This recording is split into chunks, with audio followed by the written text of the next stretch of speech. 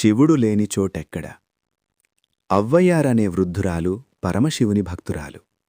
ఆమె భక్తికి మెచ్చి గణపతి ఆమెను సశరీరంగా కైలాసానికి తీసుకెళ్తాడు. అవ్వ కడు వృద్ధురాలవడం వల్ల కాళ్లు మడచి కూర్చోలేక శంకరుడికి ముందు కాళ్లు జాపి కూర్చొంది. అది చూసి పరమేశ్వరుని పక్కనే ఉన్న పార్వతీదేవికేమో మనస్సు చివుక్కుమంది. అలా కూర్చోవడం అపరాధం కదా అనే భావంతో అవ్వకు ఒకసారి చెప్పి చూడమని పతిని కోరింది. అమ్మో, ఆమె పరమభక్తురాలు, ఆమెనేమీ అనకూడదు అని శివుడు సూచించాడు. అయినా పరమేశ్వరి ఆ అమర్యాదను సహించలేక చెలికత్తెకు చెప్పి చూసింది. ఆ సఖి అవ్వను సమీపించి, అవ్వా, కాళ్ళు ఈశ్వరుని వైపునకు పెట్టకు అంది.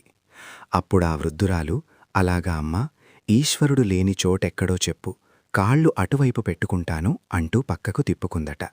పరమేశ్వరుడు ఆ వైపునకు తిరిగాడు. అటు తిప్పితే అటూ తిరిగాడు. ఎటూ తిప్పితే అటు శంకరుడు తిరగాల్సి వచ్చింది.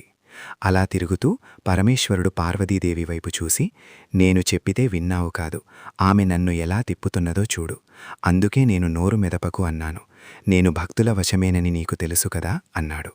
అప్పుడు పార్వతీదేవి, అవ్వ, నన్ను క్షమించు అని ప్రార్థించింది. అయినా శివుడు లేని చోటు ఈ విశ్వంలో ఎక్కడైనా ఉందా? అన్నింటా ఆయనే. విశ్వమంతా శివమయం. అరుణాచల శివ. ఓం నమః శివాయ నమః.